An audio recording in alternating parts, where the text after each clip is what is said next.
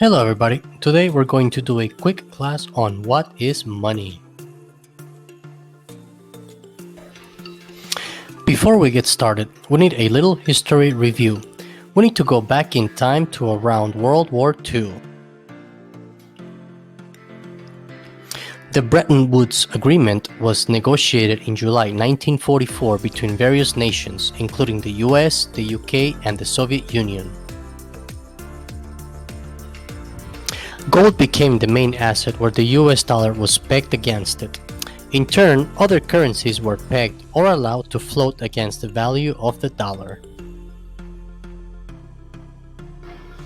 In the mid-1970s, the Nixon administration stopped backing the US dollar with gold.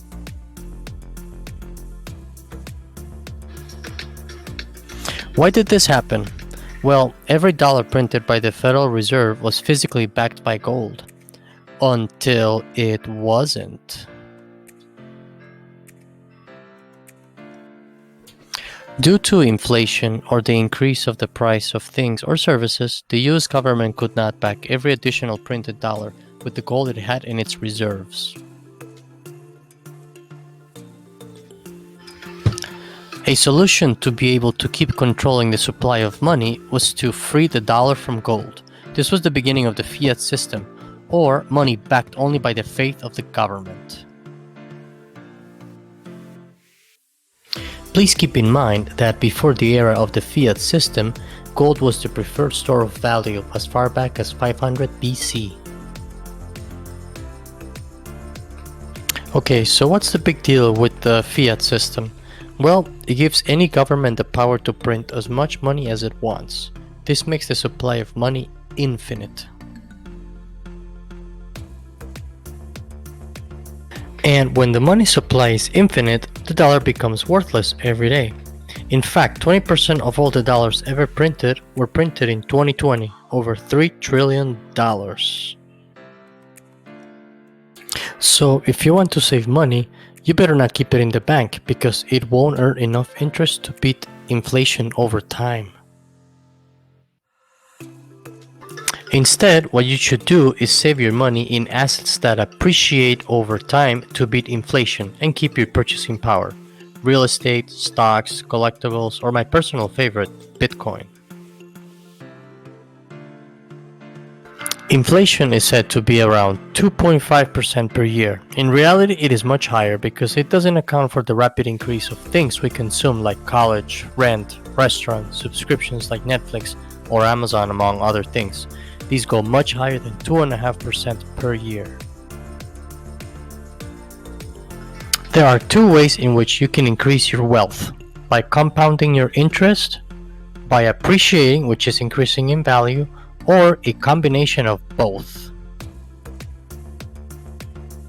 Stocks are a great way to park and grow your wealth. Here, you have a good chance at beating inflation because public companies are always innovating and finding ways to make money.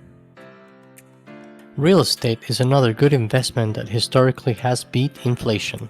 Your first home purchase is by default a good savings vehicle if you sit on it long enough to appreciate in value. The trick is managing the payments and property taxes while you wait to sell. You can also rent out your property as well. You could also invest in art, collectibles, or any asset that is scarce. Bear in mind that these assets are not liquid, so you may have to wait a long time to find the seller or buyer and for the right price. Bitcoin is my favorite investment because you can trade it, hold it long term, it appreciates, you can earn interest on it, it is exactly 100% scarce, more so than gold, you can get a loan with it. Bitcoin has all the characteristics of money: durability, portability, fungibility, scarcity, divisibility, recognizability, and best of all, you truly own it, as in you don't need to keep it in a bank. Bitcoin never sleeps. It trades 24/7, 365. You can transact with it anytime.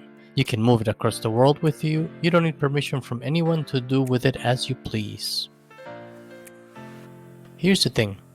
As more people adopt it as part of their store of wealth, it enhances its own network effect. Every person that adopts it just makes Bitcoin stronger and more valuable. You don't have to pay fees to maintain it. It doesn't deteriorate. It doesn't age. It doesn't get diminished by inflation. This truly is a multi-generational asset for your family. There will only ever be 21 million Bitcoin. It is the only asset in history that has gone past $1 trillion in value in less than 11 years since it was created in 2009. Best part about it is that you can buy as little as $1 worth of Bitcoin to start investing. If you want to learn more about Bitcoin, check out these two excellent YouTube series and also bitcoin.org among the many sources that you can find on the internet. Thank you.